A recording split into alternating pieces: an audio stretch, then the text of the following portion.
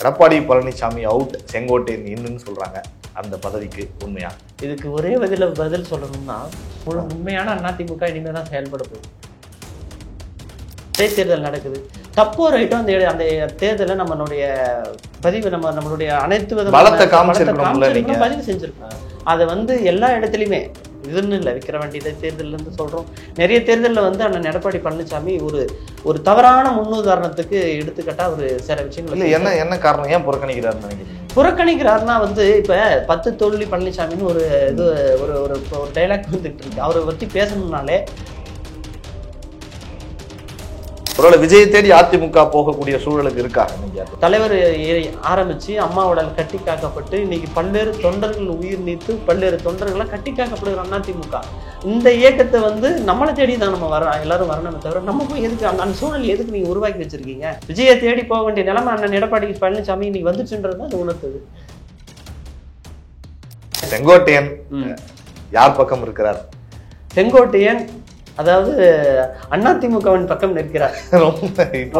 மக்களுக்கு தெரியும், மக்களுக்கு தெரியும், கூடிய வரையில் நீங்க நம்ம எல்லாருக்குமே தெரியும். இன்ப நிதி வரைக்கும் ஒரு கலெக்டர் எழுந்திருச்சு, ஒரு மந்திரி எழுந்திருச்சு இடம் விடுற அளவுக்கு பாதுகாப்பு இருக்கு. ஆனா தமிழ்நாட்டினுடைய மக்களுக்கு இல்லை. 2025 தொடங்கி ஜனவரி பிப்ரவரி தொடங்கி இன்னைக்கு 15 டேட் ஆகுது வரப்போகுது. இந்த 2 மாசத்துல பாத்தீங்கன்னாலே பாலியல் கேஸ் மட்டும் கிட்டத்தட்ட 95 வழக்கு பதிவு செய்யப்பட்டு சுற்றுப்பயணம் போய்கிட்டு இருக்காங்கன்னு சொல்றீங்க. இதெல்லாம் எதுவுமே வெளி உலகத்துக்கு வரலையே, என்ன காரணம்? அதாவதுங்க, ஊடகங்கள் திட்டமிட்டு எங்களை மறைக்கிறாங்க. சின்னம்மாவனுடைய செய்திகளை திட்டமிட்டு மறைக்கிறாங்க. தேர்தல் நெருங்கி வச்சு 2026ல் ஒரு பக்கம் தேர்தல் வியூக வகுப்பாளர்கள்லாம் ஒவ்வொரு கட்சிகளுக்கு வேலை செய்ய தொடங்கிட்டாங்க. சசிகலா அவர்களுக்கு யாராவது பேசிக்கிட்டு இருக்காங்களா? வேட்பாளர்கள்லாம் தயாராகிட்டாங்களா? கட்சி கிளைமேக்ஸை நோக்கி சென்று கொண்டிருக்கிறது. மிக விரைவில் இதுக்கெல்லாம் விடை கிடைச்சு.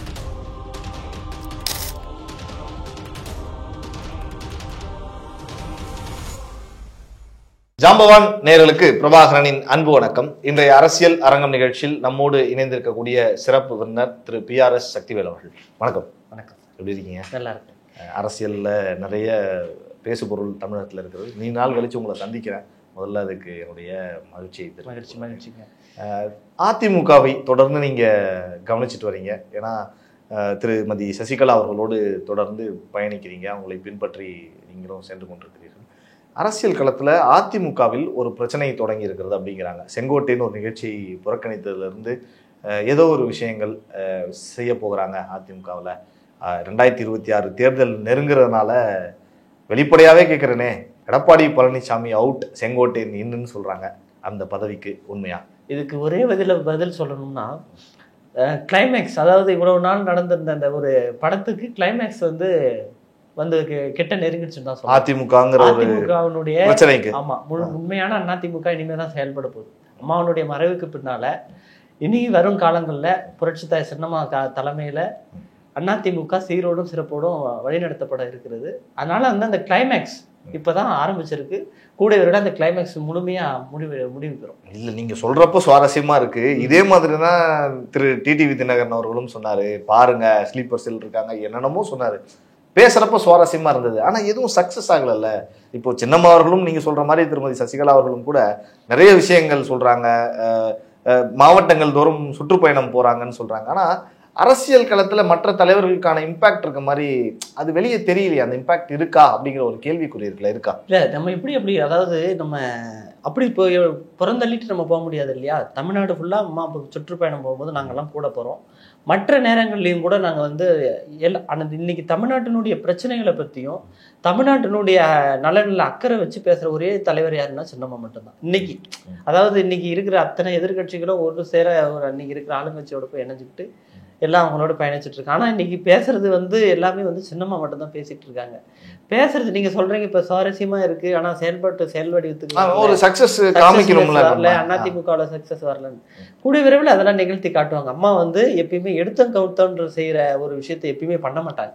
ஏன்னா அம்மாவோடு 33 ஆண்டு காலம் தன்னுடைய வாழ்க்கையை அர்ப்பணிச்சு இந்த அதிமுகவுடைய நலன்ல ஒரு முக்கியமான பங்கு சின்னம்மாவுக்கு கண்டிப்பா இல்ல. அந்த நிதானம் தான் அந்த நிதானம் ஒரு வெற்றியை நோக்கி சென்று இருந்தா பரவாயில்ல. சிறையிலிருந்து வந்ததுல இருந்தே பெரிய மாற்றத்தை எதிர்பார்த்தார்கள். இணைக்கப்படும் நினைச்சாங்க. அந்த இணைப்புங்கிறது உடனடியா நடக்கல. பல விஷயங்கள் தொடர்ந்து அவங்க கைப்பற்றுவாங்கன்னு சொன்னாங்க. அவங்க பொறுமைங்கிறது காலம் தாழ்ந்து போயிடுச்சுன்னா அந்த பொறுமை வீணா போயிடும் இல்லையா அப்படிங்கிற சந்தேகமும் அரசியல் களத்துல எழுதல. இப்ப தொண்டர்களுடைய உணர்வுகளுக்கு நம்ம பதில் கொடுக்கணும் இல்லையா? இப்ப தொண்டர்களுடைய உணர்வுகள் வந்து மதிப்பு கொடுத்ததுனாலதான், ஏன்னா அவங்க ஜெயிச்சிருவான்னு சொல்றாங்க, சரி நம்ம அதுக்கு மதிப்பு கொடுப்போம் அப்படின்றது நான் ஒதுங்கி நிக்கிறேன்னு அதுக்கும் அவங்க இடம் கொடுத்தாங்க. எல்லா இடத்துல நம்ம முன்னாடியே பேசுனது தான், நான் நிறைய முறை நம்ம சொல்லியிருக்கோம், நிறைய சொல்லியிருக்கோம். அதனால வந்து அவங்க எல்லாத்துக்குமே அவங்க வந்து கட்டுப்பட்டு, தொண்டர்களுடைய நலனுக்கும் கட்டுப்பட்டாங்க, இவங்க சொல்றதுக்கும் கட்டுப்பட்டாங்க, எல்லாத்தையுமே பண்ணாங்க. ஆனா இனியும் வந்து அதிமுக வந்து இப்ப 10 ஆண்டுக்கு, அதாவது 10 ஆண்டுகளோட தொடர்ச்சியான ஆட்சியை வந்து திமுக எந்த காலத்துல 67ல இருந்து நான் சொல்றேன் இன்னைக்கு வரைக்கும் தந்தது இல்லை. அப்படி ஒரு வாய்ப்பை வந்து அண்ணன் எடப்பாடி பழனிசாமி தந்துருவாரோன்ற பயம் இன்னைக்கு இருக்கிற அதிமுகனுடைய கீழ்மட்ட தொண்டர்கள் வரைக்கும் இருக்கு. அதனால வந்து இன்னைக்கு வந்து கட்சி காப்பாற்றப்பட வேண்டும், கட்சியை கைப்பற்றுறது போறது வர்றதுன்றதெல்லாம் தாண்டி இன்னைக்கு கட்சி வந்து காப்பாற்றப்பட்டால்தான் நம்ம இருக்கிற, அம்மா சொன்னாங்க இல்லையா, எனக்கு பின்னாலும் 100 ஆண்டு காலம் இந்த இயக்கம் சீரோடும் சிறப்போடும் வழி நடத்தப்படும். ஆனா இப்ப சூழல் அழிஞ்சிரும் போல இருக்கே, அந்த மாதிரியான ஒரு சூழல் இல்ல.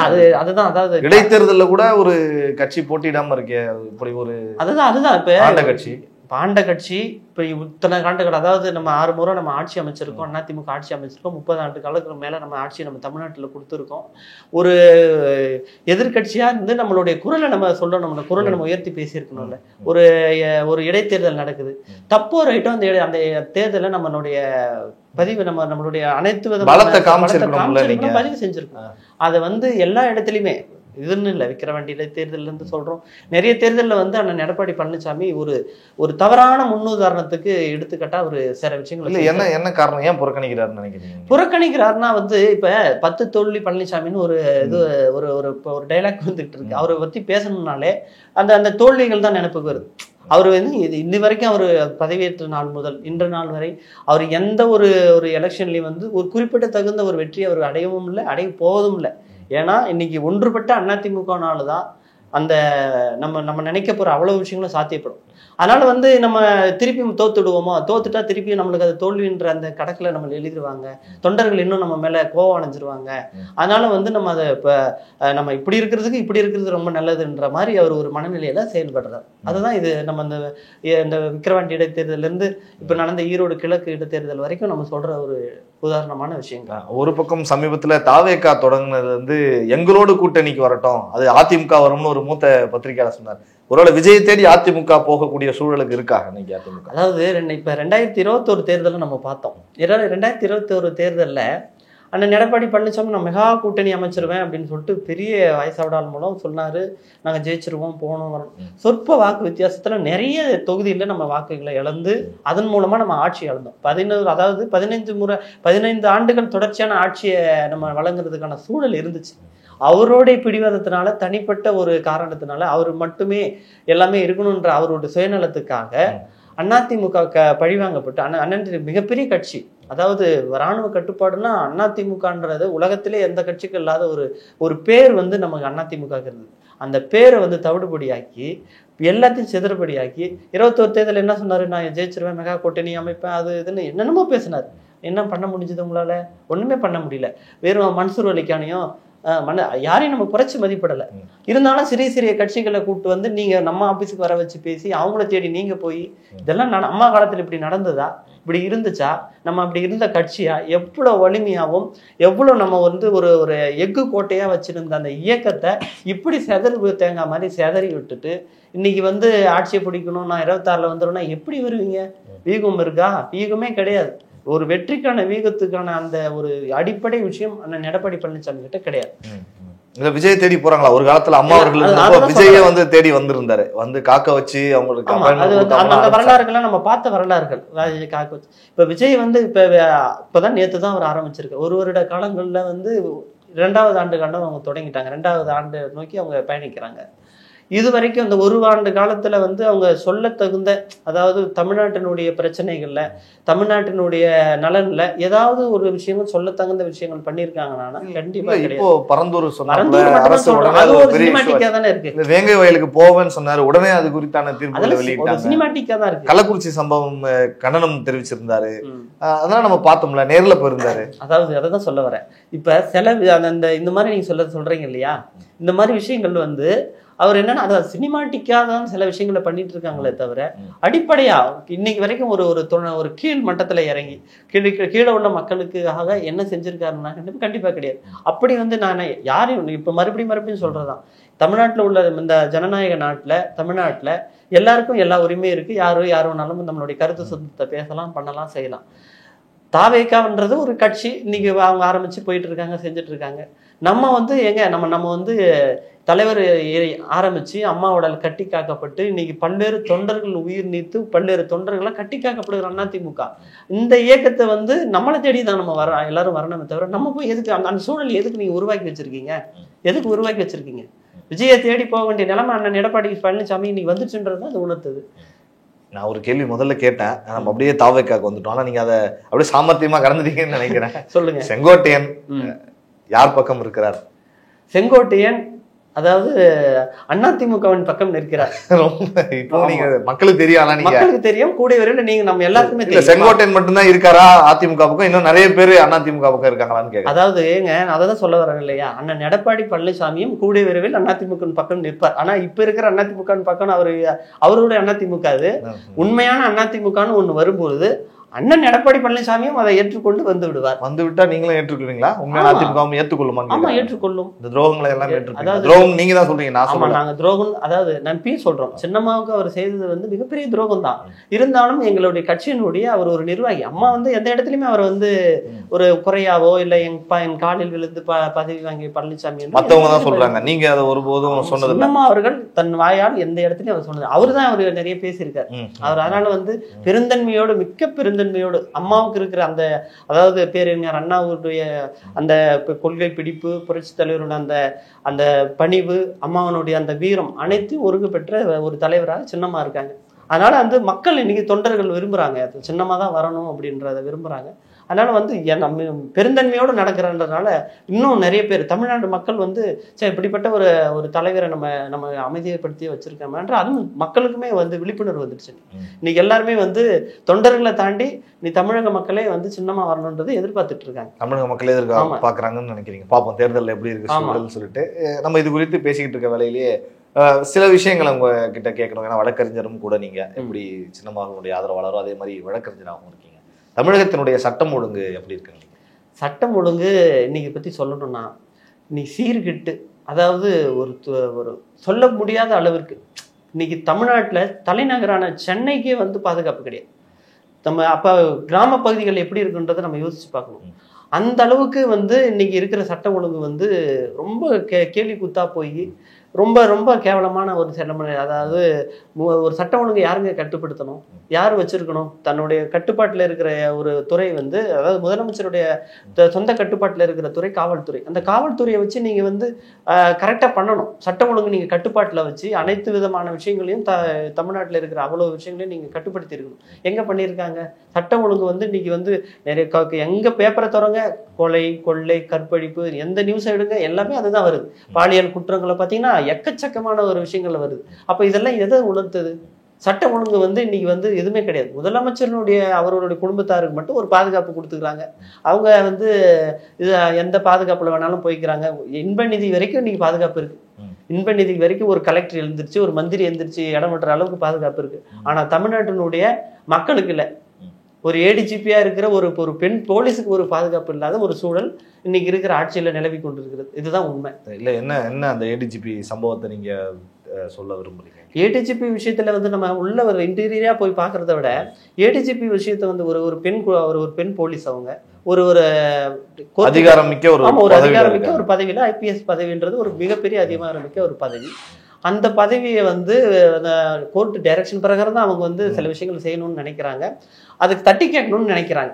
தட்டி கேட்கறதுக்காக ஒரு பெண் போலீஸை வந்து நீங்க கொலை மிரட்டல் அளவுக்கு போறாங்க. அந்த போலீஸே வந்து உள்துறை செயலாளர்ல இருந்து அவங்க டிபார்ட்மெண்ட் சம்பந்தப்பட்ட அத்தனை அதிகாரிகளுக்கும் லெட்டர் வைக்கிறாங்க, எல்லாமே பண்றாங்க. இன்னைக்கு வரைக்கும் அதுக்கான இது வந்து அவங்க இது நம்ம நேற்று தான் வந்தது, முந்தானத்து தான் வந்ததுனால கண்டிப்பா கிடையாது. ஜூலைல வந்து அவங்க கிட்டத்தட்ட இது ஒரு 6-7 மாசமா நடந்துகிட்டு இருக்கிற விஷயம். இது யாருமே பேசுறது இல்லை, போறது இல்லை. ஒரே அதாவது இந்த பொலிட்டிக்கல் சம்பந்தமான ஒரு விஷயங்கள் உள்ள போனதுனாலதான் அந்த விஷயம் கூட வெளியில வந்ததே தவிர, இல்லைன்னா அந்த ஏடிஜிபி மேட்டர் கூட வெளியில வந்திருக்காது. அப்ப அந்த அளவுக்கு வந்து இன்னைக்கு இருக்கிற ஒரு ஆட்சியாளர்கள் வந்து மிகப்பெரிய ஒரு கேலி கூத்தான ஒரு அரசாங்கமாக இந்த அரசாங்கத்தை நிகழ்த்திக்கிட்டு இருக்காங்க. அதுதான் உண்மை. பெண்களுக்கு எதிரான சம்பவங்கள் கூட சமீப காலமாக தமிழகத்தில் அதிகரிச்சிருக்கு அப்படின்னு நீங்கள் நிறைய இடங்களில் பதிவு பண்ணியிருக்கீங்க. ரயிலில் நடந்த பெண்ணுக்கான விஷயம் தொடங்கி பல்வேறு சம்பவங்கள் இங்கே தமிழகத்தில் நடந்திருக்கு. அந்த விஷயங்களை எப்படி பார்க்குறீங்க சார்? ஒரே ஒரு விஷயம் தான். இப்போ கிளாம்பாக்கம்ன்ற ஒரு பெரிய ஒரு பேருந்து நிலையத்தை இப்போ சமீபத்தில் தமிழ்நாடு முதலமைச்சர் திறந்து வச்சாங்க. அந்த இடத்துல வந்து போதிய அளவுக்கான பாதுகாப்பு இல்லைன்றது மக்களுடைய மிக அதிக காலமா சொல்லிக்கிட்டு இருக்க ஒரு விஷயம். தொடங்கி வச்சது பெரிய ஒரு இவ்வளவு பெரிய ஒரு பேருந்து நிலையத்துல முறையான ஒரு அடிப்படை வசதிகளே கிடையாது. எல்லாமே இருக்கு இல்லையே, வந்து இப்ப காட்டுங்க எந்த இடத்துல. நான் அந்த பகுதியில போறேன் வர வந்துகிட்டு தான் இருக்கு தினந்தோறும். இல்ல என்ன வசதி இல்லைன்னு சொல்றீங்க? அதாவதுங்க, அடிப்படை தேவைகள்ன்றது வந்து நம்ம தண்ணி வச்சுட்டோம், நம்ம வந்து பஸ் நாங்க இங்க இருந்து அங்க கூட்டிட்டு போய் விட்டுறோம், அது மட்டும் அடிப்படை தேவைகள் இல்லை. ஒரு பெண் வந்து நைட்டு 1 மணி 2 மணி கூட அந்த இடத்துல நின்று அந்த இடத்துல தைரியமா ஒரு இடத்துல இருந்து இன்னொரு இடத்துக்கு போற முடிஞ்சாதான் அந்த விஷயம் வந்து நம்ம வந்து எல்லாமே அது அந்த அடிப்படை பாதுகாப்பு இருக்கு. எந்த பாதுகாப்பும் இல்லை. ஒரு போலீஸ் அங்க, ஏன்னா இவ்வளவு பெரிய தமிழ்நாட்டினுடைய ஒரு இருதயமா அந்த இடம் இப்ப செயல்பட தொடங்கிடுச்சு. அதுதான் உண்மை. அப்ப அந்த இடத்துலயே ஒரு பொண்ணு வருது, சேலத்துல இருந்து இங்க வந்து இறங்குறாங்க. இறங்கி அவங்களுக்கு ஏதோ ஒரு பிரச்சனை, சரி நம்ம ஃப்ரெண்ட் அவங்க நண்பர் வீட்டுக்கு வந்து அவங்க நண்பர் வீட்டுல இருந்து வேலைக்கு போலான்னு இங்க வராங்க.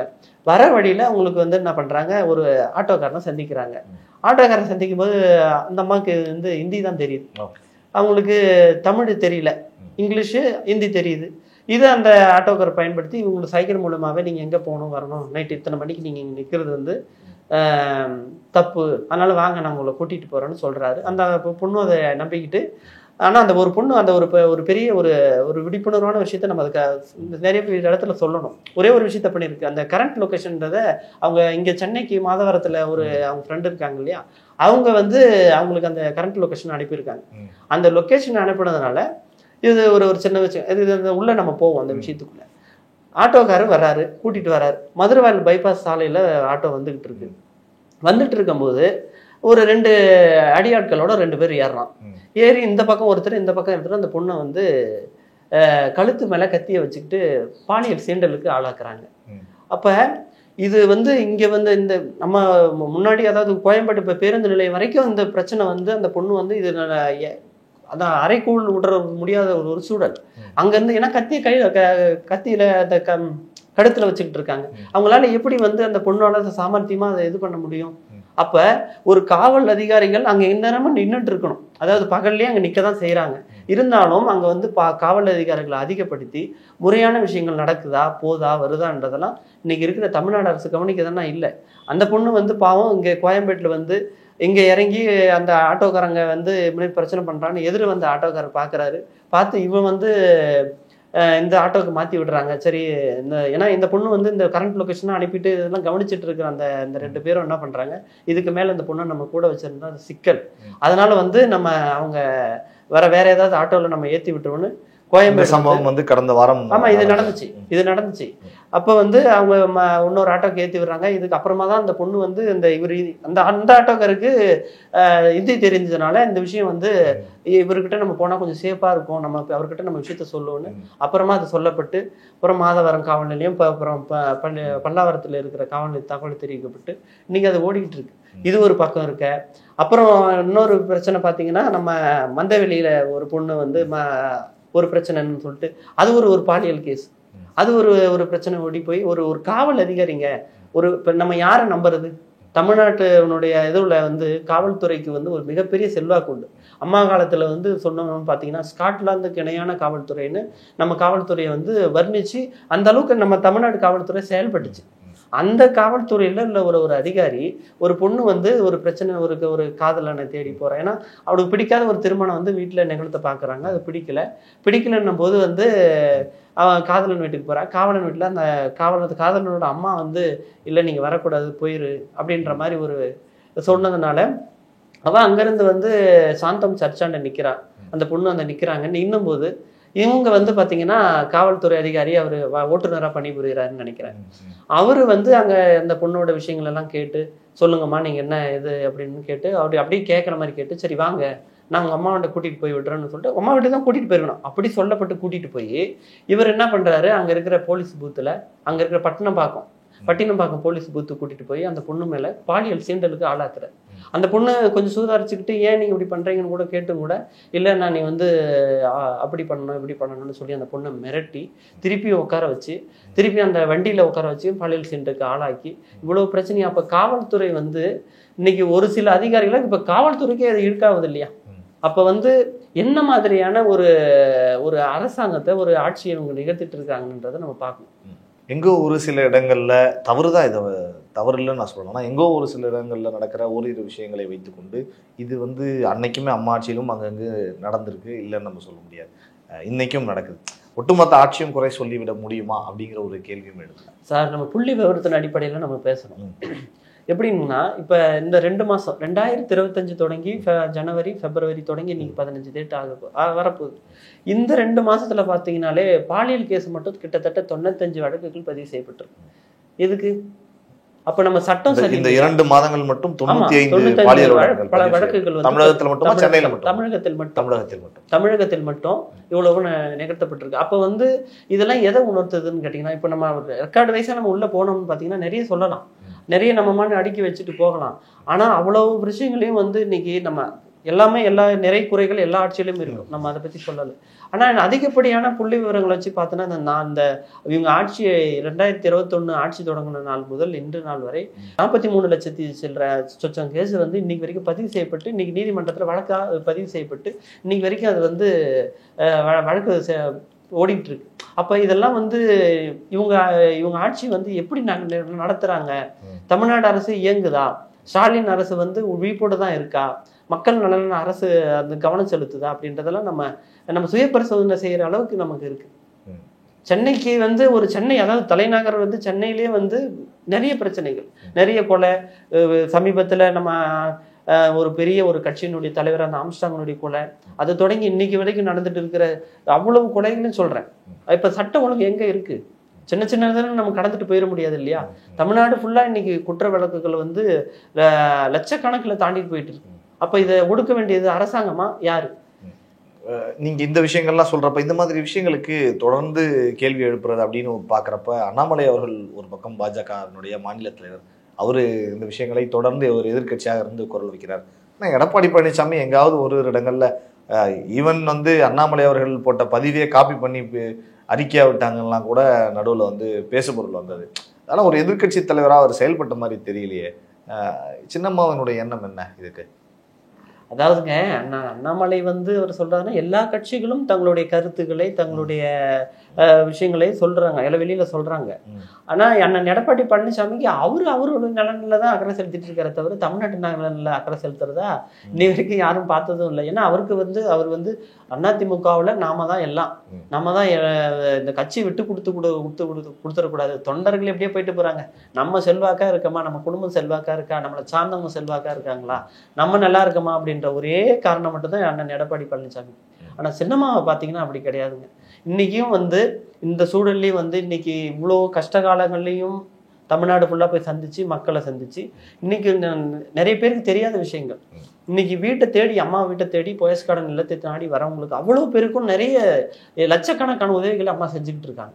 அதாவது நம்ம ஒரு இதுதான் அதுதான்றதுனால பல்வேறு விதமான உதவிகள், படிப்பு செலவுல இருந்து அவங்களுக்கு உதவுறதுல இருந்து ஒரு பாத்திரம் பண்றது கூட இல்லைன்னு வருவாங்க. நான் கண்ணாட பார்த்துருக்கோம், ஏன்னா அவங்க கூடவே இருக்கிறதுனால எங்களுக்கு அந்த விஷயங்களை எங்களால் புரிஞ்சுக்க முடியுது. அவ்வளோ பேருக்கும் வந்து லட்சக்கணக்கில் கோடிக்கணக்கில் இன்னைக்கு வந்து அம்மா வந்து உதவிகளை வந்து செஞ்சுக்கிட்டு இருக்காங்க. அந்த மறைமுகமா இதெல்லாம் வந்து வெளிப்படுறதுனா கண்டிப்பா கிடையாது. இது ஏன் வரலன்னு கேட்குறேன். ஏன்னா ஒரு காலகட்டங்களில் திருமதி சசிகலா அவர்கள் குறித்து நிறைய செய்திகளை நம்மளால பார்க்க முடிந்தது. நீங்க இவ்வளவு சொல்றாங்க, சுற்றுப்பயணம் போய்கிட்டு இருக்காங்கன்னு சொல்றீங்க, இதெல்லாம் எதுவுமே வெளி உலகத்துக்கு வரலையே, என்ன காரணம்? அதாவதுங்க, ஊடகங்கள் திட்டமிட்டு எங்களை வந்து மறைக்கிறாங்க. சின்னம்மாவனுடைய செய்திகளை வந்து திட்டமிட்டு மறைக்கிறாங்க. அது அதாவது எல்லாமே எல்லா காலகட்டங்களையும் ஒரு மிரட்டல் எல்லாமே இருக்க தான் செய்யும். அது ஊடகங்களை தான் நம்ம போய் கேட்கணும். அதனால எங்களுடைய தொலைக்காட்சியில ஜெயா தொலைக்காட்சியில சின்னம்மா போறவுடைய சுற்றுப்பயணங்கள் மற்ற விஷயங்கள் அனைத்துமே அதில் பதிவு செய்யப்படுகிறது. எல்லாமே வீடியோவாக அதில் போட்டு மக்கள் அதையும் பார்க்குறாங்க. எல்லாமே வந்து இன்னைக்கு நிறைய தென் மாவட்டங்கள் சுற்றுப்பயணம் போயிட்டு வந்ததுலேருந்து 21 அம்மா சிறை சென்று வந்ததுலேருந்து இன்று வரைக்கும் அம்மாவனுடைய செயல்பாடுகள் அனைவும் மக்கள் பார்த்துக்கிட்டு தான் இருக்காங்க. அதனால மக்கள் நலன்ல இன்னைக்கு அக்கறை யாருக்கு இருக்குன்னு கேட்டிங்கன்னா, நிறைய விஷயங்களை நீங்கள் அவங்க பாருங்கள், அவங்க அறிக்கையும் பாருங்கள், அவங்க பேசுகிற ப்ரெஸ் மீட்டில் பாருங்கள், இப்போ செய்தியாளர் சந்திப்பில் யாரும் அவங்களே கேட்குறாங்க. தமிழ்நாட்டில் வந்து இன்னைக்கு இருக்கிற பிரச்சனைகளை பேசக்கூடிய யார் ஒரு ஆளுன்னு கேட்டிங்கன்னா, எதிர்கட்சி சம்மந்தமாக நான் தான் பேசிக்கிட்டு இருக்கேன். இன்னைக்கு இருக்கிற எதிர்கட்சியாக செயல்பட வேண்டிய அண்ணா எடப்பாடி பழனிசாமியோட அணி அப்படி அமைதியாக இருக்கு. அப்புறம் நம்ம பிரதான எதிர்கட்சியில் இருக்க வேண்டிய கம்யூனிஸ்டுகள் அமைதியாக இருக்கு. அப்புறம் விடுதலை சிறுத்தைகள் அமைதியாக இருக்குது. காங்கிரஸ் வரைக்கும் எல்லாமே அவங்க தோழமை கட்சிகளாக இருக்காங்க. யாருமே எதிர்த்து குரல் கொடுக்க முடியாத ஒரு சூழல் தான் இன்னைக்கு தமிழ்நாட்டில் இருக்கு. எதிர்த்து பேசக்கூடிய ஒரே ஆள் யாருன்னு கேட்டிங்கன்னா அவங்க யார், பிஜேபிக்காரங்க. அப்புறம் அதுக்கப்புறம் நம்ம எங்கள் சின்னமாக தான் அதிகப்படியான விஷயங்களை வந்து தமிழ்நாட்டினுடைய நலனில் அக்கறை வச்சு எல்லாமே அறிக்கையாகவும் நிறைய விஷயங்களாகவும் சொல்லிக்கிட்டு இருக்காங்க, பேசிக்கிட்டு இருக்காங்க இன்னைக்கு வரைக்கும். சசிகலா அவர்கள் குறித்து பேசிக்கிட்டு இருந்தனால கேட்குறேன். தேர்தல் நெருங்கி வச்சு 2026 ஒரு பக்கம் தேர்தல் வியூக வகுப்பாளர்கள்லாம் வந்து ஒவ்வொரு கட்சிகளுக்கு வேலை செய்ய தொடங்கிட்டாங்க. அதிமுகவிற்கு அப்படி ஏதாவது வியூக வகுப்பாளர்கள் இருக்காங்களா, இல்லை திருமதி சசிகலா அவர்களுக்கு யாராவது பேசிக்கிட்டு இருக்காங்களா, வேட்பாளர்கள்லாம் தயாராகிட்டாங்களா உங்களுக்கு? அதாவதுங்க இதுக்கெல்லாம் ஒரே பதில், சின்னம்மா அவர்கள் தலைமையில் 2026 நாங்கள் அந்த ஆட்சி கட்டலில் அம்மாவனுடைய ஆட்சியை நாங்கள் அமைப்போம். சின்னம்மா தலைமையில் 2026 அம்மாவனுடைய ஆட்சி கண்டிப்பாக மலரும். இதில் எல்லாம் இருக்கிற இன்னைக்கு சிறு சிறு பிரச்சனைகள்லாம் சரி செய்யப்பட்டு அதிமுக அதாவது எப்படி அம்மா நல்லாட்சி கொடுத்தாங்களோ அது மாதிரியான ஒரு ஆட்சி தமிழ்நாட்டில் கண்டிப்பாக திருப்பியும் அம்மாவனுடைய ஆட்சி மலரும். எங்களுக்கு இந்த வியூக வகுப்பாளர்கள் இதெல்லாம் எங்களுக்கு வந்து ஏன்னா தலைவர் காலத்திலையும் சரி, இந்த காலத்தில் நாங்கள் இப்போ அம்மா காலத்திலும் சரி, இப்போ சின்னம்மா காலத்திலும் சரி, யாரும் எங்களுக்கு இல்லைன்னு சொல்லணும். ஏன்னா நாங்கள் வந்து தொண்டர்களுடைய நலன்ன்றதை தாண்டி மக்களுடைய அடிப்படை தேவைகள்லையும் மக்களுடைய அவங்களும் நாங்களும் ஒரு அதை எப்படி சொல்றதுன்னா அந்த அளவுக்கு மக்களுடைய தேவை என்னன்றதை அறிஞ்சு நாங்கள் செஞ்சுட்டு இருக்கோம்.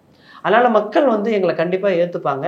மக்கள் வந்து ஏன்னா ஒரு சின்ன சின்ன விஷயங்கள்னால தான் இந்த ஆட்சியை கூட நம்ம இழந்தோம். மீண்டும் அதெல்லாம் சரி செஞ்சு 2026 கண்டிப்பாக அம்மாவனுடைய ஆட்சி மலரும். செங்கோட்டையன் அவர்கள் குறித்து நம்ம பேசணும். தொடக்கத்தில் செங்கோட்டையன் அவர்கள் குறித்து பேசின மாதிரியே முன்னாள் மூத்த அமைச்சர் கோகுலேந்திரா அவர்களும் கூட ஒரு சார்பான கருத்துக்களை பார்க்க முடிந்தது. ஏதோ எடப்பாடி பழனிசாமி அவர்களுக்கு எதிரான மனநிலையா இல்லை என்ன மனநிலை அதுன்னு நம்ம புரிஞ்சுக்கிறது அவங்களுடைய பேச்சை. அதாவதுங்க இப்போ கோகுலேந்திரன்றவங்க வந்து வேற யாரோ கிடையாது. அதிமுகவில் ஒரு முன்னாள் அமைச்சர், ஒரு குறிப்பிடத்தகுந்த செல்வாக்கு உள்ள ஒரு நபர், ரெண்டாவது ஒரு பெரிய செயல் வீரர், அதில் மாற்று கருத்து கிடையாது. அவங்களுக்கு உரிய மரியாதையை இன்னைக்கு இருக்கிற தலைமை வந்து கொடுத்ததானா கண்டிப்பாக கொடுக்கல. அவங்களுடைய குறைய வந்து ஒரு கூட்டத்தில் தெரிவிக்கிற அளவுக்கு வந்து இன்னைக்கு இருக்குதுன்னா இன்னைக்கு கட்சி நிலைமையினுடைய நம்ம மோசமான நிலைமைக்கு போயிட்டு இருக்குன்றத உணர்த்துது. ஏன்னா அவங்க நினைச்சிருந்தா இந்த விஷயத்த வந்து அண்ணன் எடப்பாடி பழனிசாமி கிட்ட சொல்லி சரி செய்யலாம், இல்லை வேற மாதிரி அவங்க முடிவு எடுத்திருக்கலாம். இன்னைக்கு வந்து அவங்களுக்கே ஒரு மனசுக்குள்ள அந்த அளவுக்கு வந்து பாருங்க அவங்க கொடுத்துருக்கிற அந்த கூட்டத்தில் பேசியிருக்கிற பேச்சு என்னன்னா, நான் என்ன செஞ்சேன், நான் என்ன என்னுடைய போட்டோவை போட்டால் உங்களுக்கு பதவி போகணும்னா உங்களுக்கு வந்து யார் அந்த அதிகாரத்தை கொடுத்தது போனது, ஒரு தலைமை கழக நிர்வாகி, ரெண்டாவது ஒரு முன்னாள் அமைச்சர். நான் இந்த தொகுதியில் நான் 3 முறை நான் நின்று 2 முறை ஜெயிச்சிருக்கேன், வேட்பாளர் ஆகியிருக்கேன், எல்லாத்துக்கும் எனக்கு ஒர்க் பண்ணியிருக்கீங்க, செஞ்சுருக்கீங்க. இப்போ வந்து என் ஃபோட்டோவை போட்டோ இல்லை என்னுடைய வேற செய்திகளை வெளியிட்டாலோ உங்களுக்கு பதவி போயிருன்றது தான். அப்போ யார் கொடுத்து? அப்போ ஒரு மாவட்ட செயலாளருக்கும் தலைமை கழக நிர்வாகிக்கும் தொடர்பு இல்லாத ஒரு சூழல். அதான் நான் எடப்பாடி பழனிசாமிக்கு என்னன்னு கேட்டிங்கன்னா, மாவட்ட செயலாளர்களுடைய தயவு தான் அவருக்கு முக்கியமே தவிர இது மாதிரியான கட்சிக்கு முன்னோடிகள், முன்னாள் அமைச்சர்கள் அவருக்கு என்னன்னா, ஏன்னா அவங்கெல்லாம் வந்து இவங்க இடத்த பிடிச்சிக்குவாங்களோன்ற அந்த பயம். அதனால வந்து மாவட்ட செயலாளருக்கு முறையான தேவைகளை வேற அதை நீங்க புரிஞ்சுப்பீங்கன்னாலே தமிழ்நாட்டு மக்களும் புரிஞ்சுக்கிட்டு இருப்பாங்க. வேற மாதிரியான ஒரு சூழலை வச்சு கொடுத்துட்டு இருக்கிறதுனால பொருளாதார தேவைதான் கண்டிப்பா பொருளாதார நான் ஓப்பனாக வச்ச பொருளாதார தேவை பண்ணி கொடுத்தனால எல்லா மாவட்ட செயலாளரும் அவரை சப்போர்ட் பண்ணி இன்னைக்கு வந்து அவர் இது பண்றாங்க. ஆனா கோகுலேந்திரா வந்து இன்னைக்கு முன்னாள் அமைச்சர் கோகுலேந்திரா அவர்கள் மிகப்பெரிய ஒரு மனவேதனையை வெளிப்படுத்தியிருக்கிறார். இன்னும் பாருங்க, இன்னும் கூடிய வரையில் பாருங்க, ஒவ்வொரு அமைச்சர்களாக எல்லாருமே, நீ திண்டுக்கல் சீனிவாசனும் சொல்லியிருக்காரு, நாங்களும் இந்த கருத்தை சொல்லியிருக்கோம். ஒரு படம் போட மாட்டாங்க, தலைவர் படம் இருக்க மாட்டேங்குது, அம்மா படம் இருக்க மாட்டேங்குது, அதெல்லாம் கூட வந்து இன்னைக்கு இருக்கிற தலைமை இதை ஏற்றுக்க மாட்டேங்குதுன்ற வரைக்கும் இன்னைக்கு இருக்கிற அண்ணன், அதாவது கட்சியில் மிகப்பெரிய சீனியர் திண்டுக்கல் சீனிவாசன் அவர் உட்பட சொல்லியிருக்கிறாங்க. இன்னும் ஒவ்வொருத்தரா பாருங்க. இப்போ அதான் நான் திருப்பி திருப்பி சொல்றதுதான், கட்சி கிளைமேக்ஸை நோக்கி சென்று கொண்டிருக்கிறது. மிக விரைவில் இதுக்கெல்லாம் வந்து விடை வந்து கிடைச்சிடும். பார்ப்போம். கண்டிப்பா அதிமுக நோக்கி போயிட்டு இருக்கு. ஆமா. சுபமா முடியுமா ஆமா. அப்படிங்கறத ஆமா. நல்ல ஒரு, அதாவது அதிமுக வந்து ஒரு தலைமை, நல்ல தலைமையை நோக்கி தொண்டர்களுடைய நலன் அக்கறை செலுத்துற தலைமையை நோக்கி போயிட்டு இருக்கு. அதனால வந்து அது மிக விரைவில் நடந்து அம்மானுடைய ஆட்சி மலரும். பார்ப்போம். நிறைய தகவல்கள் எங்களுக்காக பகிர்ந்துட்டீங்க. நீங்க சொன்னபடி பார்த்தா ஒரு பக்கம் விஜய் 2026 ஆட்சி அமைப்பாருன்றாங்க, ஒரு பக்கம் அண்ணாமலை அவர்கள் எங்க கூட்டணி தலைமையில் ஆட்சி வரும்ன்றாரு, ஒரு பக்கம் 200 இடங்களை வெல்வோம்னு திமுக சொல்லுது, நீங்களும் சொல்றீங்க. எது நடக்குதுன்னு 2026 தேர்தலில் பார்ப்போம். நிறைய தகவல் எங்களோடு பகிர்ந்து கொண்டமைக்கு என்னுடைய மனமார்ந்த நன்றி. நன்றி.